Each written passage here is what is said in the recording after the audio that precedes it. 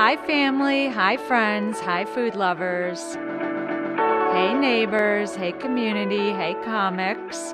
People who like to cook, connect, and kvetch. Thanks so much for joining me for Hot Dish.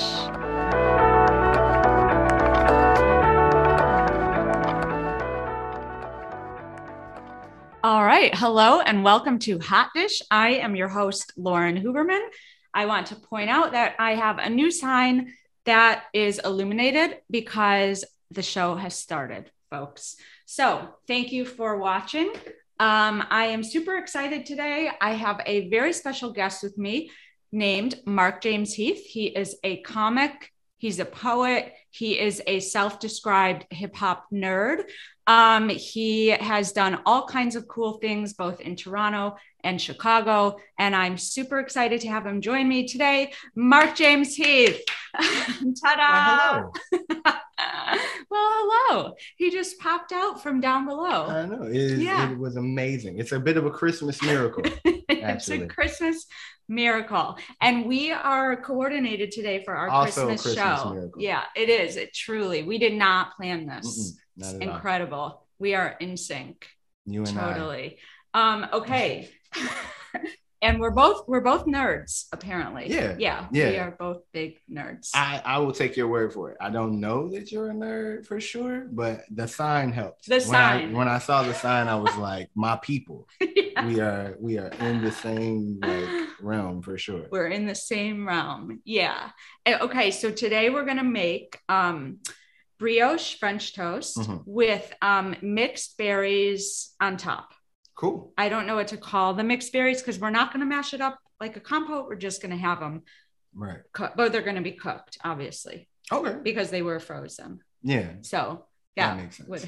I make French toast because it's super easy. This seems like way more involved than what I normally do. So I'm like super excited to learn new French toast techniques. Yeah, awesome. Well, sometimes I can teach new techniques, and sometimes I have no idea what I'm doing. So we'll do it together. Cool. Okay, so I'm going to check our person who is texting me, and we're all good. Our host or my producer says we're great. Fantastic. Yeah. So Mark, you are a Chicagoan, and I know that then you spent several years in Toronto. Yes. And now you're back in Chicago. And I have that right. Right. I am technically from the South suburbs, right? So it's one of those things where in Toronto and all over the planet, it's like, where are you from? I'm from Chicago. And then when I get back here, it's just like, what high school did you go to? Yes. And it becomes very dicey at that point. But I'm originally from Harvey, Illinois, which is way out south, 150, 147, in that area. And Chicago has just always been where I come to be an artist. I've been working in the arts in some capacity as a writer or a poet or an actor or a comedian since I was 7. Wow. So it's been a lot of just Chocolate Chips Theater Company at Kennedy King and Young Chicago Authors and all of these different programs that kind of made me who I am, sort of a thing. Wow, that's so interesting. Yeah. Okay, we're gonna keep talking, but we also better get the berries in the oven so we don't crack our teeth eating frozen fruit. Yes. On Christmas. Exactly. Yeah. Because my dental plan is shaky. I know dental plans are always shaky. You never know what's covered. No, not at all. We don't. So I knocked out half of a tooth. And so I think I actually might have had to pay for that out of pocket because it was right when I started a new job and my new insurance hadn't started yet. And I was supposed to go to work, but I had to say, hey, I can't go to work because I have half of a tooth, a front tooth. Oh, wow. So that would be super embarrassing. It affects your whole social standing. And a black lip. So I did not get in a fight. I didn't get beat up. I fell down my stairs with my bike. So anyhow, I'm very sensitive to preserving teeth. I appreciate that. Yeah. That's incredible. Okay, so I'm going to have you measure 4 cups of berries, and here is our measuring cup. So, and feel free to narrate what you're doing. All right. for our viewers who might be listening and or watching. So at this point, I am going to pour the berries into the Pyrex measuring cup. You might be familiar with Pyrex if you are a fan of Pusha T. He often will use the Pyrex to measure cocaine and various other narcotics that he might be selling. For real? Yes. Yeah, I, on the other hand, am just doing the berries. Wow. Just doing the berries, not bringing any shame to my mother by measuring cocaine. No cocaine in this house. I've never done cocaine. Congratulations. Thank you. Also, this is another thing we have in common. You have never done cocaine? No. Yeah. I remember in college, it was starting to be like popular. And if anything, it just scared me, like doing that. So I just would never do that. Right. Yeah. My thing with like cocaine or any sort of that was 4. I just did 4 because I now. Oh, that was 3, and we don't even care. Maybe just do a little more if you want, like whatever. Okay, yeah. We don't actually need to measure things. And I'm gonna see. Boom. Perfect. Yeah, any sort of highly addictive drugs, I'm like, because best case scenario, you try and you're like, oh, this is overrated, Yeah, best case scenario. Right. Otherwise, you have a coke habit. Right, exactly. Who can afford that and pay for teeth? It's just not. Right. Not me. Oh my God. Okay, so we have our berries. We are going to need a half a cup of brown sugar. And that I feel like, okay, let's measure so we don't go bananas, but like whatever. So we're going to do the brown sugar, and then we're going to just have lemon, mix it, get it in the oven is essentially what we're doing. And we're zesting the lemon. We're zesting it. I bought a new zester and I love this. Awesome. Have you used one of these? I have used the lemon zester before. Okay. I do need to like invest in some kitchen utensils. Yeah. Yeah. I like how you were like, no, get a spoon. Oh no, I don't care. I would just make a mess too. Okay. Yeah. So whatever. Solidarity. It's just what you're comfortable with. Some of my guests like it very tidy. And then some we go crazy and it doesn't matter. I pretend like I can be tidy, but it's not really meant for me. Yeah. No matter what I do. You're okay. Yeah, that's great. This zester though, it's so worth it. It was probably like, I don't know, $5, but it's awesome. Really? Uh-huh. You know what? If you don't ask, you don't know. Yeah. I can totally afford kitchen utensils and I'm just psyching myself out of it. Yeah, totally. This whole time. Okay, so we're just gonna get that in there, and then you can try my fancy new zester. Cool. So I am gonna put this sugar inside of the fruit right now. Is that about to happen? Yeah. Yep. Bet. Perfect. And bet, for those of you who don't know, is shorthand for like you betcha. So wait, what did you say it was? Like it's shorthand for like you betcha. What is? Like you can bet on that. When I say bet, like you might say, Mark, do this, and I'll say bet. And that just means yes. That's just that's an affirmation. I didn't know that. Well, I'm glad to know. Thank you for translating. For sure. Yeah. Okay. You ready? So yes. We're not going to measure. Just it says 2 teaspoons of lemon zest, but whatever. Yes. We don't care. So so I will say that this was your idea to make French toast. You said you like making French toast. Mm-hmm. You like making spaghetti, tacos, and chili. Right, which is technically the same thing. It's just browning ground beef and adding like a few seasonings to it, and that's it. There's no other cooking that's really involved. Nice. I like that. It's like Mexican food. Like it's all the same ingredients in different forms. Exactly. Yeah. That's pretty much totally. Okay, so now just cut the lemon. We'll just squeeze some on top. We'll mix it together and we'll be good.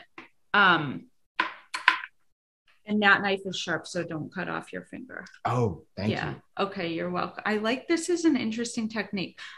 Is this like not? It's probably not the easiest technique. So Mark has just taken the lemon, cut one teeny tiny one little piece. And now he's like he's like the handheld juicing machine. How much should I be doing? It says a tablespoon. So I feel like that's good. Yeah. I believe that's what happened in my heart. You know what I mean? Yes, I believe it. Mark, you're so calm. Mm-hmm. Yes, you're a very calm person. Are you calm with like in most situations, like with your family at work? In most situations, I'm pretty chill. Unfortunately, like I'll internalize things a bit too much. So sometimes it's like out of the blue that I'm not calm. But this is my like default setting is just kind of chill. And relaxed. Yeah. Yeah. I like it. Right now, I am mixing the berries and the zest and the juice, and it's pretty dry. So it's a lot of just me moving around very firm parts with the spoon here. I like that description. Yeah, firm parts. It's true.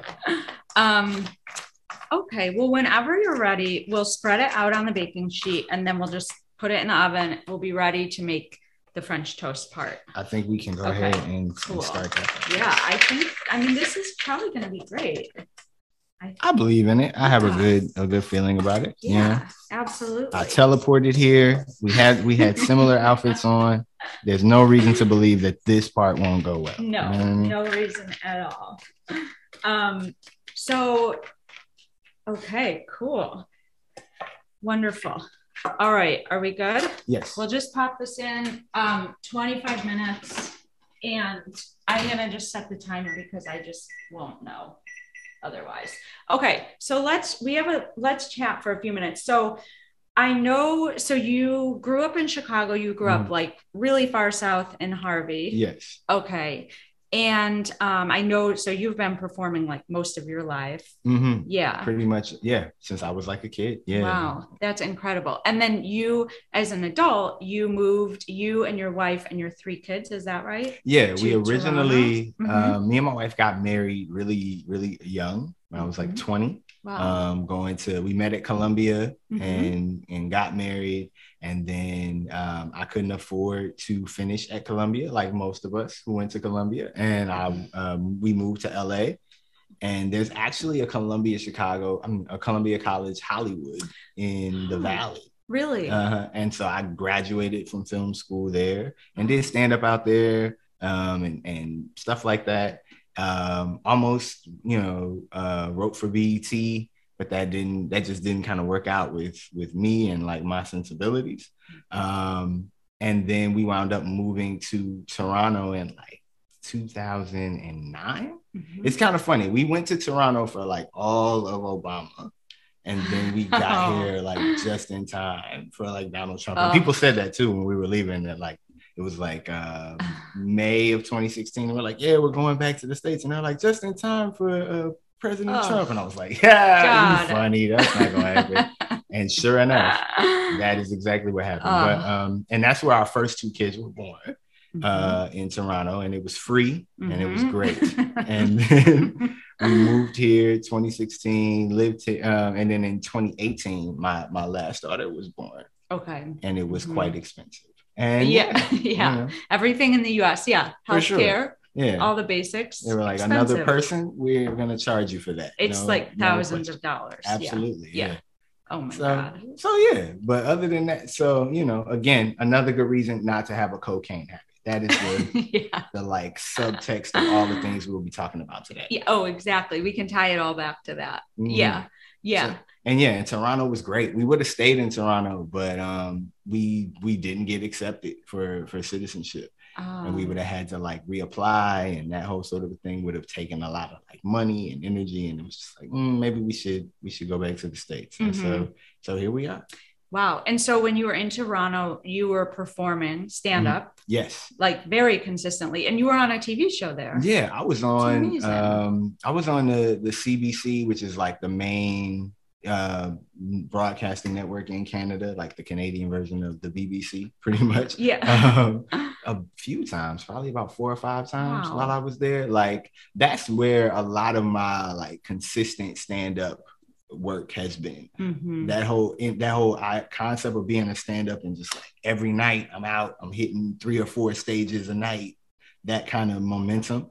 I only really ever had that in Toronto. When I was in Chicago, it was a lot of theater. It was a lot of spoken word. It was a lot of stuff like that. Then in LA, it was I was not really ready to be like a young husband and a college student and like trying to pursue some sort of career in the entertainment industry. So I maybe would get out like a couple times a month and like would do bringer shows and wouldn't bring anybody. And they would eventually be like, yeah, Mark, you have to bring people to these. And I'm like, yeah, can I just perform anyway? But I did perform at like the Ice House in Pasadena and the Haha Cafe and the Comedy Store, obviously, in those places, but just not really enough to like really build up material and really get into it. And then when I got to Toronto, they have a chain of clubs in Canada called Yuck Yucks. And it's also / Funny Business, which is like a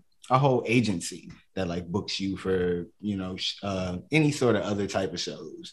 Kind of like if you were like, oh, I want Spider-Man to perform in my birthday party, and you would call this place that has like superhero performers. It's similar to that. So I would perform all over the country at that point. And that's when so most people who know me, who like are comics, who are like, oh, Mark, yeah, they know me from that stretch of time in Canada. Wow. Yeah. Because so it just coincided, you living there and also you being ready to really dive in and be consistent, like having more bandwidth and like energy to put in, like that all came together when you were there. Yeah. And it was a big choice actually to just be like, I've been wanting to do this for such a long time. And the only thing that's ever really gotten in my way has been me and me not having a focus. I never feel like, oh, they're just, the industry is just being mean to me. Like I never really have that experience. It's like whenever I'm like on top of things and able to show up, it tends to go pretty well. It's just being able to keep that up has always been a challenge. So Toronto, and not even right away. My first daughter was born 2010. My second daughter was born 2011. That was like a really rough time for me personally, just in terms of like depression and all this other stuff. It didn't really all come together until about 2013. So like 2013 to 2016, I was like really on top of that. And even then I feel like my household was kind of suffering, like we wound up moving, not just because we didn't have the money to necessarily reapply, but it's just like the focus. If my focus is split trying to do all of this other stuff and we don't have the energy and the like leadership to stay in the country, it just becomes like this really difficult thing to balance. Yes, absolutely. Yeah. No, I totally get that. I mean, I cannot imagine having 3 kids, a spouse, doing stand-up. I mean, because the hard thing about stand-up is it is really at night. And so that's when your kids are home, when your family's home, like when you have that time together as a unit. And so I would imagine it probably takes a toll after a while. For sure. And then so much of it, especially in the beginning, so much of it it's not like, well, I'm leaving and I'm coming back with, money.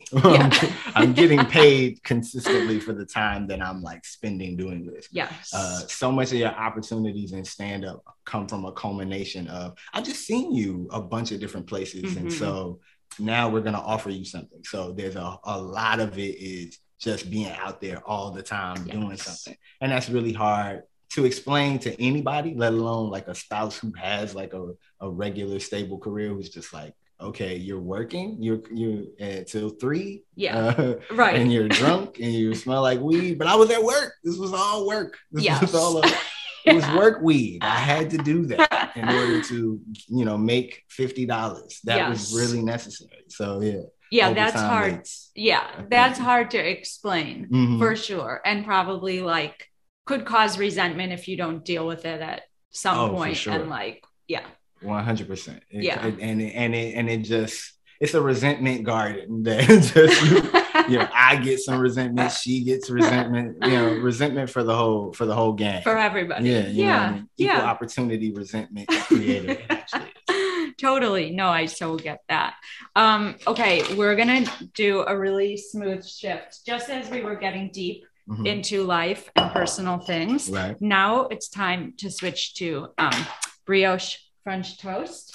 And okay, I'm gonna check our time. Okay, we're doing so well on time. Awesome. So basically we're gonna make French toast. We've got our sliced brioche bread. Nice. Okay, so tell me. So first of all, you should feel free to make it how you want to make Okay. it. So I like eggs. I like a lot of milk, just because I read that that's like a good thing to do. Okay. But again, like you do it how you're comfortable, and that's what we're gonna do. And I need to get butter out too. Yeah, I was gonna. That's essential. So how many eggs do you think we really are gonna need? Okay, right so I think we're gonna need 3 or 4. All right. Yeah. Cool. Yeah, that's what I'm thinking. And where should I put these shells? Oh, I just put them in here. Just put them in there. Yeah. All right. Yes. I always store them in there and then I dump them out later. That's not an interesting fact at all. That is good to know. Because this is the part that is the scariest part for me. Oh my gosh. Okay. Not getting shells in it. Yeah. And then, which I did. No, you didn't. It's part of the egg, and we're not going to talk about what part it is. Okay. We're going to ignore that. All right. Forget that it happened. Yes. There is some like little brown floaty inside of the egg. And this is terrible. Mark. This is it's a good technique you have. It's like with the You're lemon. So sweet. No, you just cut off the little top and squeeze the egg out. No, this is an actual horrible thing. So if you want to crack it on the edge of the bowl, that works. No, that's okay. That was great. I'm really hard on myself with eggs. You are. So that we I don't want you to leave with low self-esteem. Yeah. I think we're going to need one more. Okay. Yeah. I think we don't want to shortchange ourselves here. We don't want to shortchange. No, we're having a very special meal today. We don't want to have low self-esteem. We don't want to shortchange ourselves. No, I'm getting way more out of this than I thought I would. Oh my gosh. Mark, you are the first person who's ever requested to be on this podcast. And I was so flattered. Like you just reached out and said, how can I be on this? Yeah, I'm trying to think when I first heard a hot dish. And I was like, that sounds cool. Oh, I was so flattered. And I met you first. The only time I met you was at Laura Hug's show. Yes, my good buddy Laura Hug. Yeah. Sure. Yeah. And I did not know who you were. And I was so blown away by your performance and like your storytelling and your stand-up. Like you were so interesting and sharp. Awesome. That's so kind of you to say. It's so true. Honestly, you wouldn't be here otherwise. I only have the best on Hot Dish. Yeah, I noticed that too, which is why I was like, I gotta be on Hot Dish. Matt Brown is on Hot Dish. I have to be there. I'm trying to be as much like Matt Brown as I can. You are? As my identity will allow for me to be. Really? Yeah. Matt Brown is like a hero of mine. That's amazing. Does he know that? He might. Okay. He might know. Now I don't know if he watches. We'll tag him in this. Yeah, let's tag him. Make sure that Matt is aware. That's so cool. No, your your insights on stage, like what you share is so it's fresh because it doesn't feel contrived. It doesn't feel hacky, obvious. Like it feels very authentic and like real. Yeah. And it's interesting too. Like, I think the thing that I really remember about your performance was like how you talked about being a Black man, raising your kids and like taking them to the playground and having somebody be like, good for you, good for you. And you're like, yeah. That is a constant thing for sure. It's a real interesting dynamic because I feel like society as a whole, in my opinion, it's this very much this double-edged thing. Because I do feel like being a father, in particular, being like a Black father, is kind of an undermined thing a lot of times. Like I was watching this interview with Marla Gibbs, famous Marla Gibbs from the Jeffersons and 227 and all these shows. And she produced 227. It was a play, and she bought the rights to it, and she wanted to put it on television, and she was successful, and it ran on television for I don't know how many years. But long story less long, one of the notes that they gave her, and this is kind of consistent with television notes that people will get, it's like, oh, can we lose the dad character, or do we need that husband character? And that is a real consistent thing from like Good Times to all these other various shows where they're like, you know what we need to get rid of is that black father.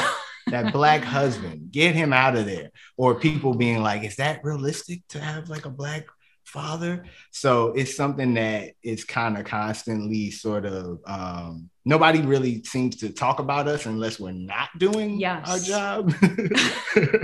And then and the response I get, I feel like is kind of a byproduct of that. Like people are just like, wow, you're raising your own children. And I'm like, yes, I am. This is my dad raised me too. Like my uncles, like I don't know what else I'm supposed to be doing here. This is I love that. Yeah. Mm-hmm. And it's so true. It is true. I mean, the story that we know, like in the media, in society, on TV shows, like you said, like it is that the black father is absent, you know? Yeah. It is a big thing. And then there's a whole deep thing about there's a whole deep thing with like black fathers or just like black families and them being broken apart very intentionally as like a constant in America from the start of sort of our relationship with America to present day. There seems to be a common denominator of like breaking those families apart. Yeah. And more so, not so much to necessarily glorify the like heteronormative, like nuclear family of, we need a dad and we need a mom, but just really taking away any sort of agency in terms of choice by Black people and how they like raise their children. Yeah, that's kind of a constant thing, especially in Chicago, where there's so many, it's such a social service heavy sort of a city. You get to see racism play out in the left in a very like overt way, in a very like consistent way that doesn't really fit with that narrative of like left versus right. Like I tell people all the time, like growing up in Chicago or growing up in the Chicago area, it's like most of the racism that you deal with from leftist people. Yeah, it's not a whole lot of it's not a whole lot of like right-wing people coming after you. It's typically people who have like, I'm with her bumper stickers who are like calling the cops on you. Like it's typically that sort of dynamic. That's so interesting. I'm obviously not a Black man, and I'm, I'm leaving. I didn't know that at all. I'm here under false pretenses. So like so I obviously do not have that experience, and I haven't really thought of it that way. I think I've worked in a lot of communities in Chicago, and I've worked with like students from all different backgrounds and walks of life, both like international students learning English or students who didn't finish their high school education for lots of reasons. And I never thought of the fact that like people who are left and might identify as like very progressive, also there are all kinds of like built-in assumptions and things. And obviously I know that, and it's been like elevated so much more, especially in the last couple of years. But in terms of even policy, I haven't really viewed it in that way. Like it's even when people are well-intended, there are assumptions that you make that don't fit like a narrative, don't jive with like your cultural identity, don't fit with like who you are, and people trying to like implement these policies and practices onto for sure groups. It's been a huge thing, especially in recent years for me, like being hetero and being cis and like being like, oh yeah, like my intentions aren't going to carry me in, through these spaces. I'm going to have to do a lot of really hard work on myself. And just, I'm going to bump my head a lot. And that's just part of it. Like I've worked with Howard Brown, specifically at the Broadway Youth Center, for a few years. And then I worked with an organization called the Youth Empowerment Performance Project, which are both youth shelters for transient youth and like a good 40% of all of the homeless young people or transient young people in Chicago are queer identifying or trans identifying in some way.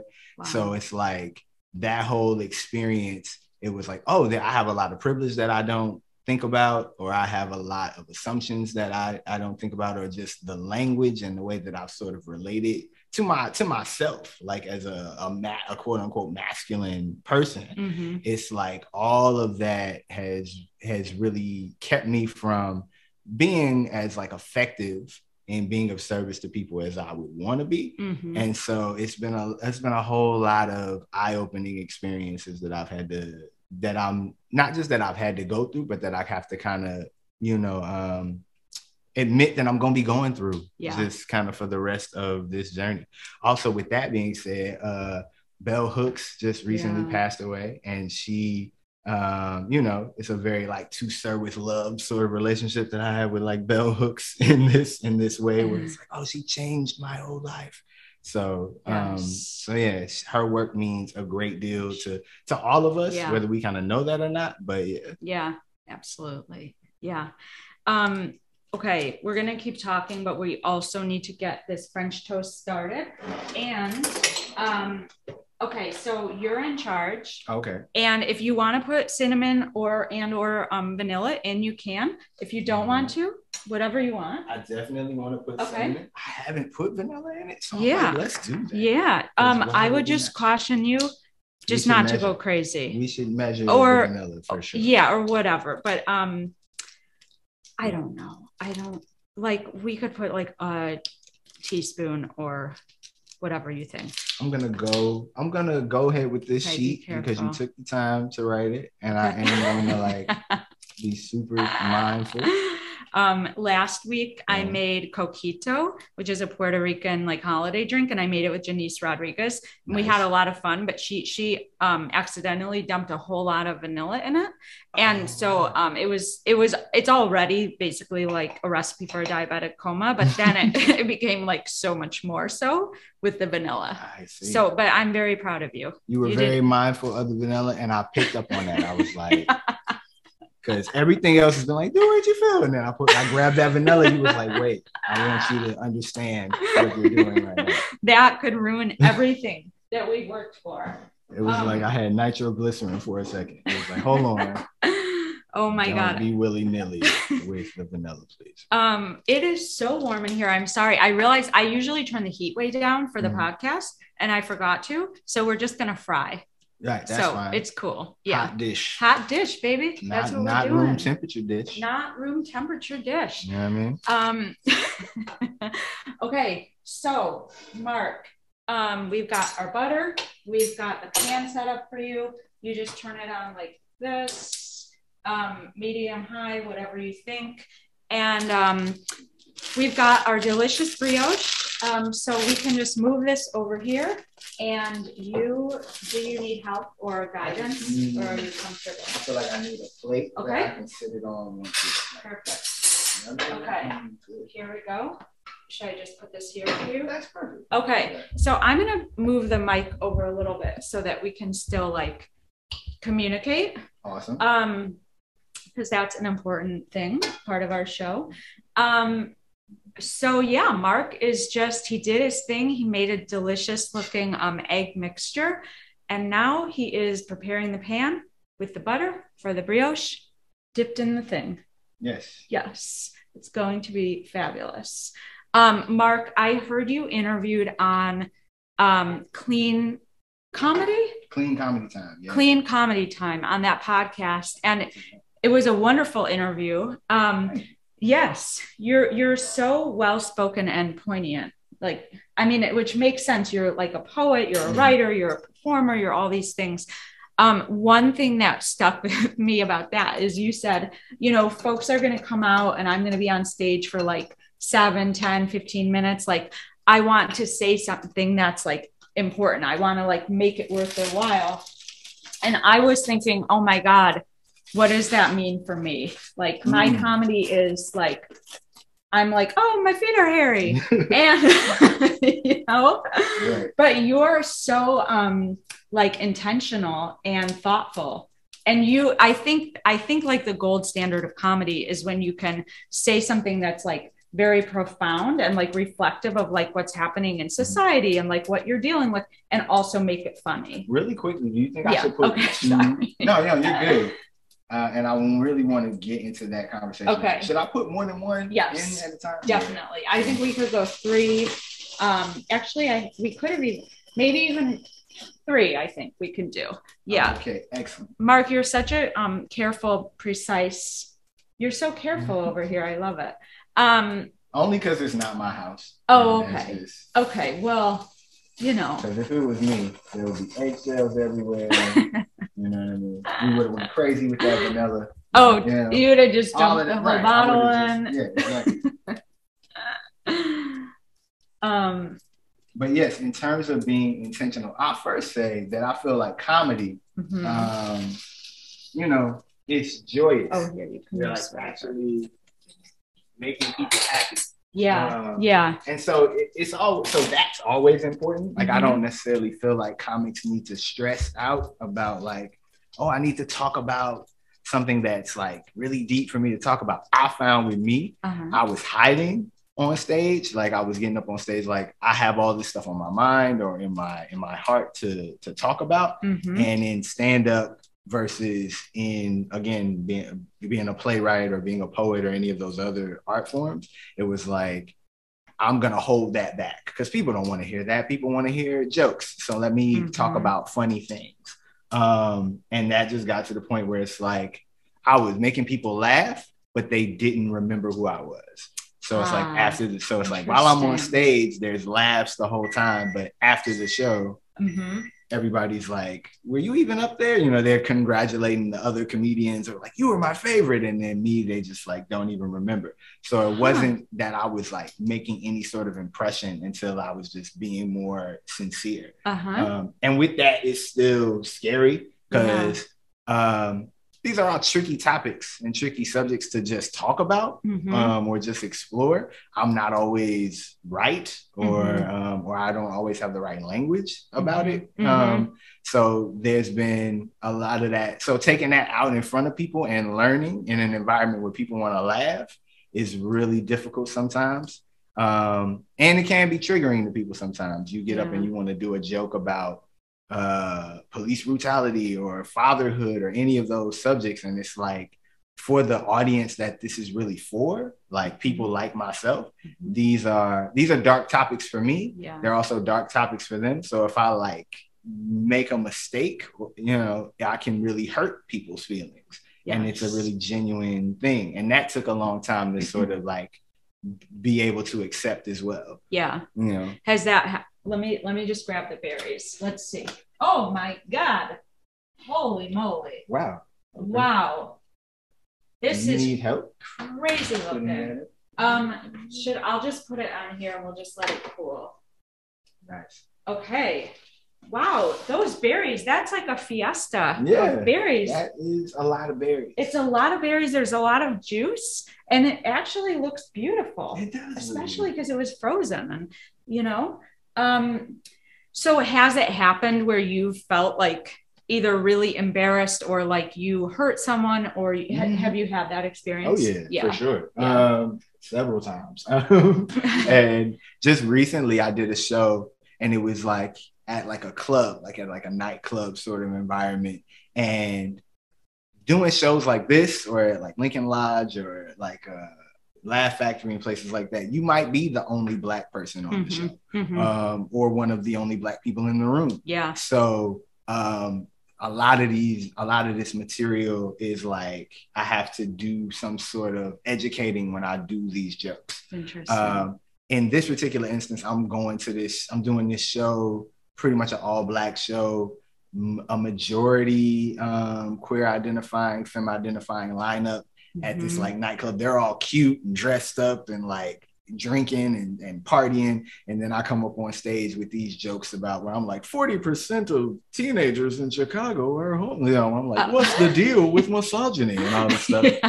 And it's kind of like, nobody came out to have a good time to necessarily hear you talk about this thing that we live with all the time. So making that adjustment of like, I'm introducing these ideas to an audience that is not ready to hear about it versus, I'm speaking to people who know exactly what I'm talking about. There's other things to speak about. And I definitely don't need to be a cisgender heterosexual man preaching to a room full of Black femme queer identifying women about gay rights or none of all of that stuff just comes off real like, okay, it's like it's like, so we should flip this. We should definitely we meaning you. We means me a lot. Get to work, stay focused. It comes out right. It's like how you can't talk about those experiences because that's not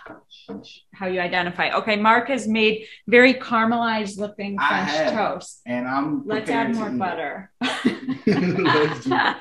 But to that point too, right? Like I have a lot of conversations with, particularly like my women or femme identifying colleagues about who are like, oh, I don't feel like my stand-up is important enough.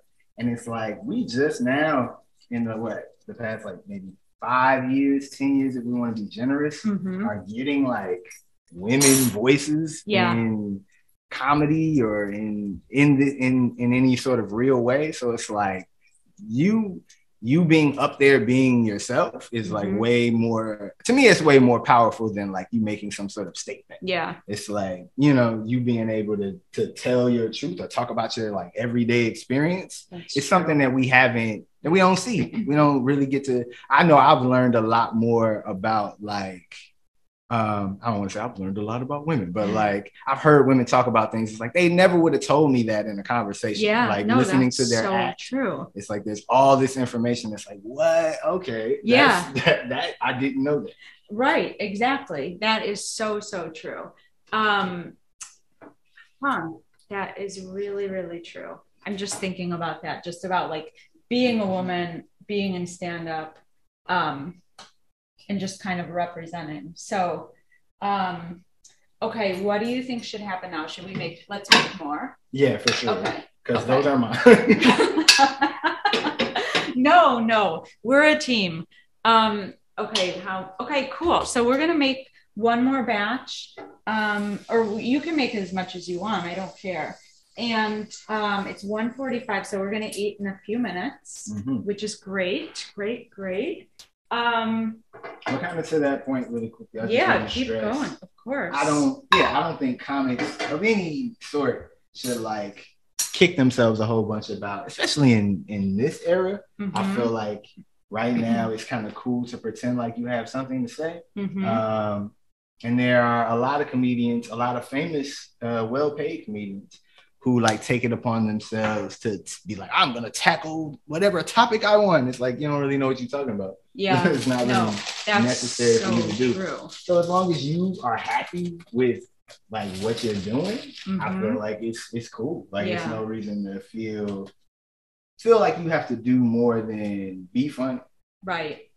Yeah, no, that's so true. I mean, sometimes I'm definitely afraid to talk about certain things, not so much my own experience, but sometimes my own experience, just because I don't always feel as equipped as I want to feel to talk about certain issues. And I think even like what you said around having the language, having the vocabulary to do that is, and I'm afraid sometimes that I'll get it wrong. I'm particularly afraid that I will offend people. And I think intention is very important, but at the same time, even if you are well-intended, you could still really offend someone. 100%. So, yeah. And, that's how we, in our profession is our craft is very much alike. We fail in front of everybody. Yes. That's how we figure this out. We're going to take this up on stage. It's going to bomb it's going to not work until it works. Yes. And there's a whole lot of, why didn't this work? Should I keep exploring this at all? Should I abandon this completely? Like, there's a whole lot of that. And I'm not going to I cry a lot about, or I have cried a lot specifically around my act and how this show went or that show went or how it came off, or should I keep telling this bit or should I keep working on this bit, or to go somewhere and perform and have people respond like, oh, that was so thoughtful and so brilliant and so great. And then take that same material someplace else and have people be like, how dare you? Wow. Really makes you just be like, am I doing the right thing? Is this something I should keep doing? Yeah. So it's a lot. And not for nothing, people are significantly meaner to women than they are to men. That's just the way that works. As far as visibility, like in comedy, and this is another reason why it's funny. I was watching Conan O'Brien on Inside the Actors Studio. Oh yeah, and he was talking about how when he told his family, this white guy who like is generations deep into the Ivy League and all of these like suit and tie wearing people, when he's like, yeah, I want to be a comedy writer, how that was just like, what? You can't do that. And like, as a Black dude in America, it's like, I want to be a comedian. It's like, well, that is one of the top professions that you could have. That's, there's so many examples of successful, like my whole life in the top comedians, it's always been a Black dude. If it's Pryor, if it's Cosby, if it's Eddie Murphy, if it's Chris Rock, Jamie Foxx, Dave Chappelle, it's always been at least one Black guy who's like the top of the field. Yes. So it's like for women, that again, that's like a very recent development for it to be like, yeah, there's a superstar selling out theater comedian who is a woman of any color, period. So it's like, yeah, I totally get this. Like, people might not be so kind to me if I drop the ball on certain subjects. Yeah. I totally understand that. No, okay. We're gonna share both batches. Honestly, that is very noble of you. Yes. I don't think that yes, we are. Necessary. Yes, we are. Okay. And I also think we should try some. We should taste some right now. So Mark, just to be honest, since that's what we do, we're honest and transparent. Mark did burn these a little bit. I burned these significantly. This is mostly, you can put in the chat if you feel like this is like a little bit of a burn. Oh my God. But it's going to be tasty. We're going to get our berries. Right. And after Lauren's intervention, before. See? Okay. Do you want berries or do you want syrup or do you want everything? I want everything. Okay. You want everything. And I have powdered sugar too, but whatever. So we'll just give this a try. And do you want one of these or you just sure these? I don't need a piece of French stuff. Sure, I'll have one. Okay, that's great. Have another non-burn. Yeah, have those. Have those for sure. I feel like my max for French toast is usually 2 pieces. Okay. Because then I start to feel sick. You know what? That's probably a good thing is to max it out at some point. Yeah, I mean, I don't know. It's just okay. This looks delicious though. I'm so excited. We've got our berries and we've got our French toast and to be fair to this whole like prep work that you did, I'm gonna try a non-burnt one. Okay, good. To make sure that I am judging accurately. Yeah. Okay. And I am gonna eat the burnt ones. Don't tell my mother that I came to someone's house and burned their food and then didn't eat it. Okay. This is good. It's good. Those berries are very powerful. The berries work. There's it's got a lot of flavor. I do enjoy maple syrup too. So we do have that. I always put a lot of maple syrup on my French toast.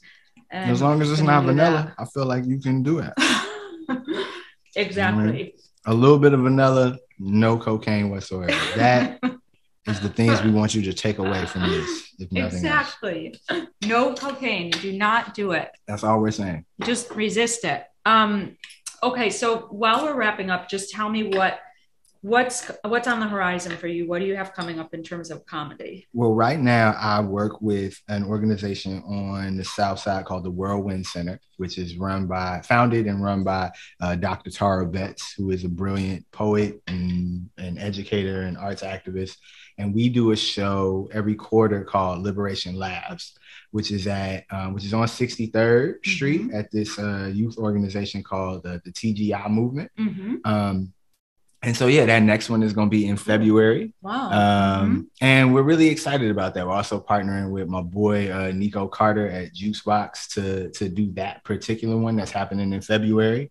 Matt Brown is on that, Awesome. is on that one as well. The great Matt Brown is going to be on that. So that's the main thing that I'm sort of focusing on is doing these comedy shows, and just using all of the different things that we do in comedy, like podcasting, shows, and various other things as like a form of organizing. I feel like comedians, we kind of bring a lot of the business model for comedy seems to be like we bring a lot of attention or people to a space, and then the money starts to kind of flow from there, be it like a bar or a theater or a television network or whatever. And I really want to kind of take that same sort of energy and shift it to these like public spaces. That's great. Yeah. So 63rd, so like in Inglewood? No? You know what? That's a great question. Yeah, I don't know. I don't know either. Okay. This is the suburban-ness coming out right now. Yeah, no, that's okay. I know it's 2500 West 63rd. Oh, okay. So I think it's 2 West to be Inglewood. Yeah, I was gonna say it is because like, yeah. It might be. It's like Chicago Lawn, or I think now they're calling it like New City. Okay. That's another thing about Chicago is that they're constantly like changing the face of neighborhoods. So I'm like, I don't know what we're calling this area at this particular moment. Totally, yeah. But look up TGI Movement. TGI Movement. Yeah, the letters TGI Movement .com, and it's a brilliant space. The founder, Tay, is like this brilliant guy. Tay's not even like 26 years old, and he like started his own non-for-profit. He's also in My Block, My Hood, My City, which does fantastic work all over the city. So yeah. Good for you. That's great. Well, this has been lovely. Your French toast is great. Even the burned piece I've enjoyed. I've also got to call out, I was impressed that you used the end piece. You did, and I'm eating it and it tastes good. I use the end pieces especially for French toast. You do? Yeah, because in my house nobody will eat them. This is a dad thing so too. True. Is you eat all of the stuff that nobody eats. Yes. And so it's like I figured out how to make grilled cheese or French toast or something with the end pieces of the bread so that they just don't go to waste. That's such a good tip. Wow. Well, it's a good thing you came on because now I know what to do with those end pieces. And this has been wonderful. Thank you so much for being on today and for cooking with me and sharing your insights and your knowledge. This is it for 2021. Like at least in my important world of Hot Dish and podcasting, I'm done for 2021. It's time for me to take a rest. Viewers, I love you and I appreciate you. Lincoln Lodge, thank you. Christine Ferreira in particular. So many good shows and podcasts at the Lincoln Lodge. Check it out. And Mark James Heath, once again, wonderful performer. And thank you so much for being on. Thank you for having me. I appreciate being here. Thank you all. Bye. Okay, I'm going to...